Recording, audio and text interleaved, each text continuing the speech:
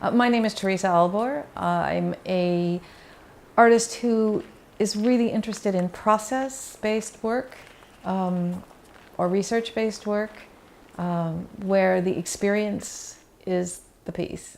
I also do a lot of work where I engage with other people who aren't identified as artists.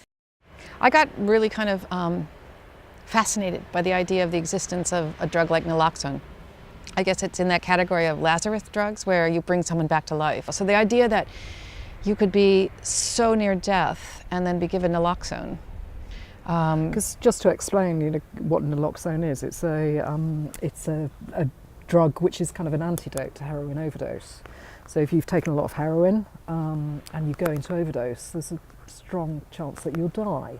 But Naloxone is this drug that if somebody can inject you with it, it is quite miraculous. You come back to life. And lo and behold, this concept of looking at heroin use or opiate use and its intersection with unconditional love just seemed like the right moment, the right thing to focus on. And I think what was interesting about that for us in the addictions department, as I was in then, was that, of all the projects that you could have chosen, Naloxone, to a lot of the scientists working on it, seems like a very pragmatic drug. And the idea of linking that with emotion and something so universal and so unfathomable, yet completely recognisable at the same time, that was the thing I think that when you came to us with that idea, we were like, this is really good. So I started by looking at this life-saving antidote, thinking, wow, people who love someone would be just so pleased to have this at their disposal. Then to find out that there is actually a real ambivalence about whether or not someone dying would actually, as counter as that is to unconditionally loving someone, actually bring a sense of relief or closure. Wow. Where I've just accepted it because there's nothing else for it. Really.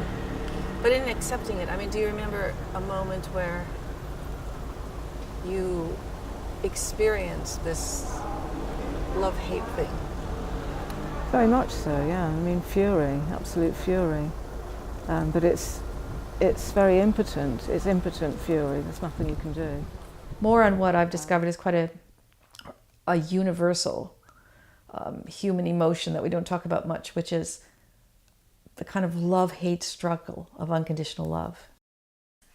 Well, the actual piece involves conversations between myself and people with lived experiences of both unconditional love and heroin use. That is the piece. But it has provoked me, as it often does. I've made things based on what I've been thinking, which have been performance work or videos or the use of stills from videos, sound pieces. I stumbled upon this idea of the lullaby as a metaphor for unconditional love, which gave me this kind of rich entry into sound. Fais dodo, Dani, ma petite sœur. Fais dodo, tu auras du lolo. I was lucky enough to find people who could both enact or bring to the surface rage that they have felt personally, but also could sing a tender lullaby.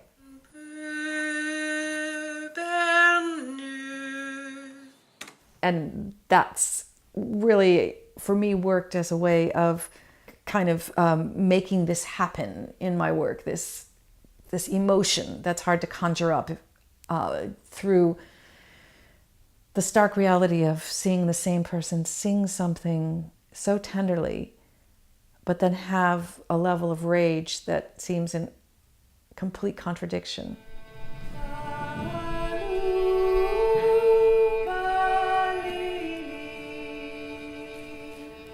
So it began with this woman playing the violin and singing a really beautiful lullaby.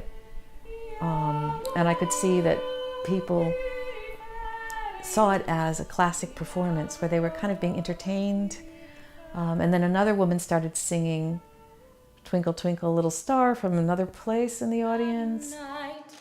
Twinkle, twinkle, little star, how I wonder what you are. And then people were smiling. It's like, oh, we're going to hear a lot of nursery rhyme, nice songs. But then her singing got really angry, and she really subverted and distorted the song. Above the sky so bright, like a diamond in the night. Twinkle, twinkle, little star, how I wonder what you are. Up above the sky so bright, like a diamond in the night. Twinkle, twinkle, little star, how I wonder. This project has been very unsettling and upsetting as a project. And I think that's fine. I don't steer away from work that involves risk, that involves feelings that are challenging me, or challenging anyone else. So you've brought in people, you've worked with them, you've directed them, you've been part of performance with them, or you've staged performances with them, films, and that I think has been really an interesting thing to watch, that the way that you collaborate, because we talk as academics about collaborating and we don't always do it in the way that we think we're doing it.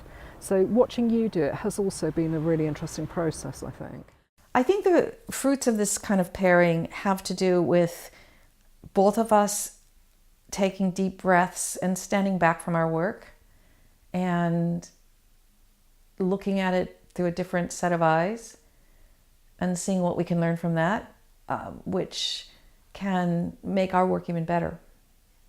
You know, I don't expect scientists to all of a sudden look at my work and say, oh, I must be much more emotional about what I'm doing. And I don't think the scientists I'm working with think, oh, now Teresa understands exactly what a trend analysis is, so her work will be better. It's not that easy to calculate, but it's there. It's just there. It's there in a positive way. The benefits of working side by side.